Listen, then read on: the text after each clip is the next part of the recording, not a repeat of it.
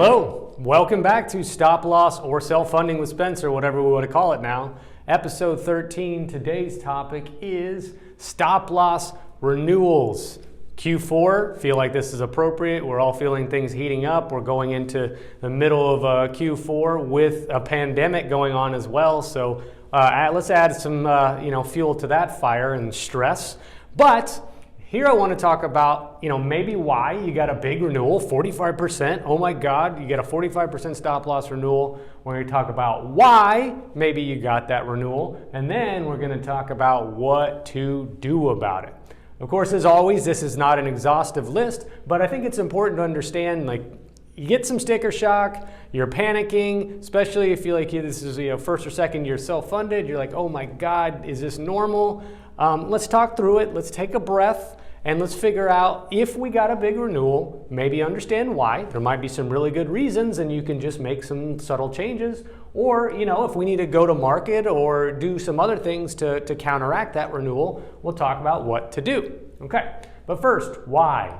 Your loss ratio. Number one, is your loss ratio poor? Right? If you have a 200 or 300% loss ratio, and by that I mean, in case folks out there don't know what a loss ratio is simply the amount of claims that the carrier's paid on your account versus the amount of premium they've taken in. Claims divided by premium, that's sort of a gross loss ratio. But if that is upwards of 100 or 200 or 300%, and we're only maybe 8 or 9 months into the plan year, well, there you go. 45% renewal, that's probably why. Right? But the inverse is also true. If you have a 0% loss ratio and you get a 45% renewal, we're going to start scratching our head, right? I really scratched my head, but I didn't want to mess up my hair.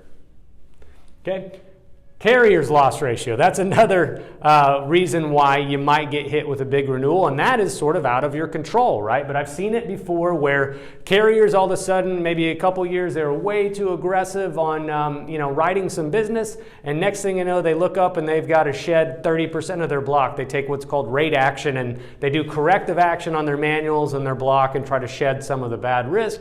Has nothing to do with you, but you know what? Hey, you're part of it, unfortunately. You got sucked into it. So carrier's loss ratio and combined with your own loss ratio, those two things alone obviously could contribute to a 45% renewal just on the surface. Contract changes. One of my contract videos, the contract basis video specifically, we talked about the potential load of going from a 12-12 to 24-12. So if you were in that situation and you are looking at, you originally wrote your policy on a 12-12 and now you're renewing on a 24-12, hopefully your broker's been reminding you of that potential upcoming load. But right on, by itself, this contract changes going from a 12-12 to a 24-12 on a contract basis could account for 20% load just in and of itself for that single factor, okay? Other contract changes, maybe you're adding enhancements, adding no new lasers and rate caps and experience rewards. All of those things have potentially a risk charge associated with them. So if you went from a really pared down contract and that renewal, you're really enriching that contract, well, those changes, all of them, could potentially have an impact on your renewal as well.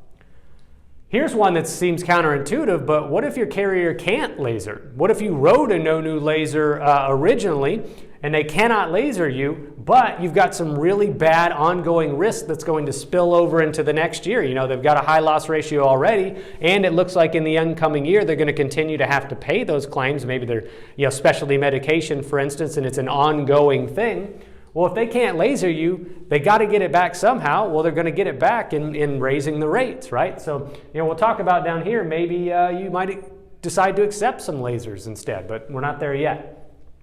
Demographic changes, right? One of the biggest sort of baseline factors for your rating originally and your rating at renewal will be, what does your population mix look like? Is it an older population? Have you doubled in size throughout the year? Have you, maybe brought on some less healthy risk throughout the year that, materially changes the demographic mix of your group? Those things are going to be taken into account as well. And then last, tongue in cheek, but maybe they just don't like you. I've felt that way before. Maybe they just don't like you, but I'm pretty sure that's probably not the case. Maybe they don't like your broker, but you as the employer, you're cool, okay? So what do we do about it? Well, you could do nothing, and I mean that seriously, right? You could accept it or maybe slightly try to negotiate, but Let's go back to this example of the why. What if your loss ratio is 300%, the carrier's running poorly, you're moving from a 12-12 to a 24-12, they can't laser you, you got bad ongoing risk, and you got an unhealthy population that you added to the mix? Dude, accept it. Or maybe slightly try to bring that down, but my guess is if all of those things are true and you try to go to market, you're going to find out that that's actually pretty darn good. I've had some renewals in that range when I was a rep that renewed at that range because it was appropriate. And sometimes, we want to beat the carriers up, but sometimes it is appropriate. And you might say, you know what, you're a good carrier, you've been with us a couple years, you're paying my claims on time, we understand, we're going to be fair, we'll take it. That happens. It really does happen. You'd be surprised how often it does happen. So negotiate, of course, like I talked about. Just because they come out of the gate with a 45% renewal, you don't have to, on the surface, say, yeah, we got it, we'll take it. You could say, well, what are you thinking? Why are we here? Is there any room? Could I do a couple things maybe to lower that a little bit? You don't just have to, of course, accept the first offer. But, again, going back to if you don't have a leg to stand on and it's a really bad group, well, you're probably not going to get all that far in negotiating. Marketing, right? Everybody seems to market stop loss every year. It's kind of one of those things. It's an annually renewable contract. Of course, it's subject to massive volatility, not only annually, but even monthly as well. And all these other things with carrier loss ratios and market forces and whatnot. Yeah, you're probably going to market most of your cases every year. It's what we do at PlanSite. So marketing was one strategy, of course, even if it's simply a market check, even if it's to keep your incumbent carrier honest, you might end up going to market. You know what?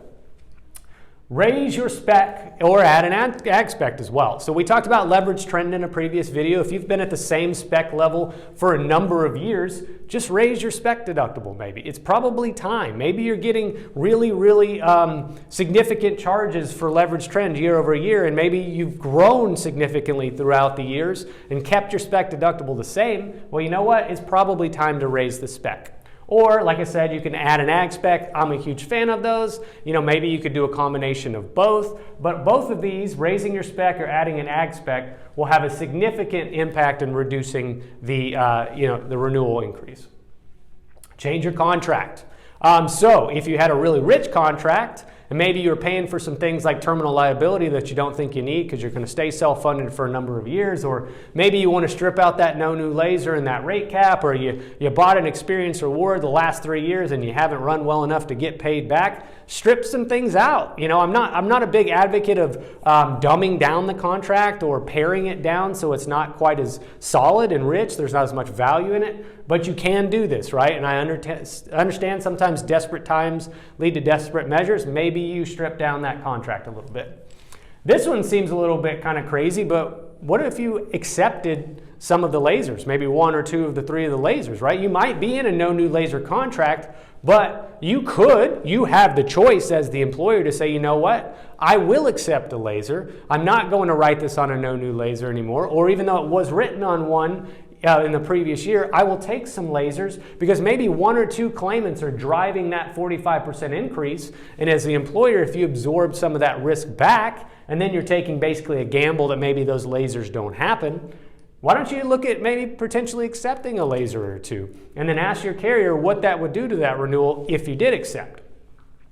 Cost containment and data, right? So I'm a big fan of data, as I mentioned in the previous video. You dig into that data, you find out what's driving the claims. Maybe you find out an individual potentially might be coming off medication, or they had a really nasty surgery, but it's been 2 months and all of a sudden their claims have dropped down to 0. There's things that when you dig into that data and start finding out what's driving those costs, then you can implement cost containment measures in order to prevent them, right? So if you hadn't already done it, you could communicate these things to the carrier for the coming year. Hey, no, we dug into our data. We've discovered there's a lot of things going on in certain segments of our population. We want to drive behavioral changes, but after we found out this information, we're going to add some cost containment plans in order to counteract some of those measures. Hopefully you'll trust us. Give us a little bit of credit for those things in the next year. We've got a great relationship. Here's what we're going to do. We're all in this together, right? So you can do those things. And all of these things will have either in isolation an impact on improving your renewal, or together, which is really you take a holistic approach of doing that, you're probably going to have some success in reducing that renewal in Q4. So everybody hang in there, grab your coffee, get your sleep, try to breathe. If you got to meditate or go Zen or whatever between renewals, do that. We're going to get through Q4, and here's a little bit of an action plan in case you're getting some big stop loss renewals. So thank you as always. Really appreciate your time. Good seeing you guys, and I'll check you next time.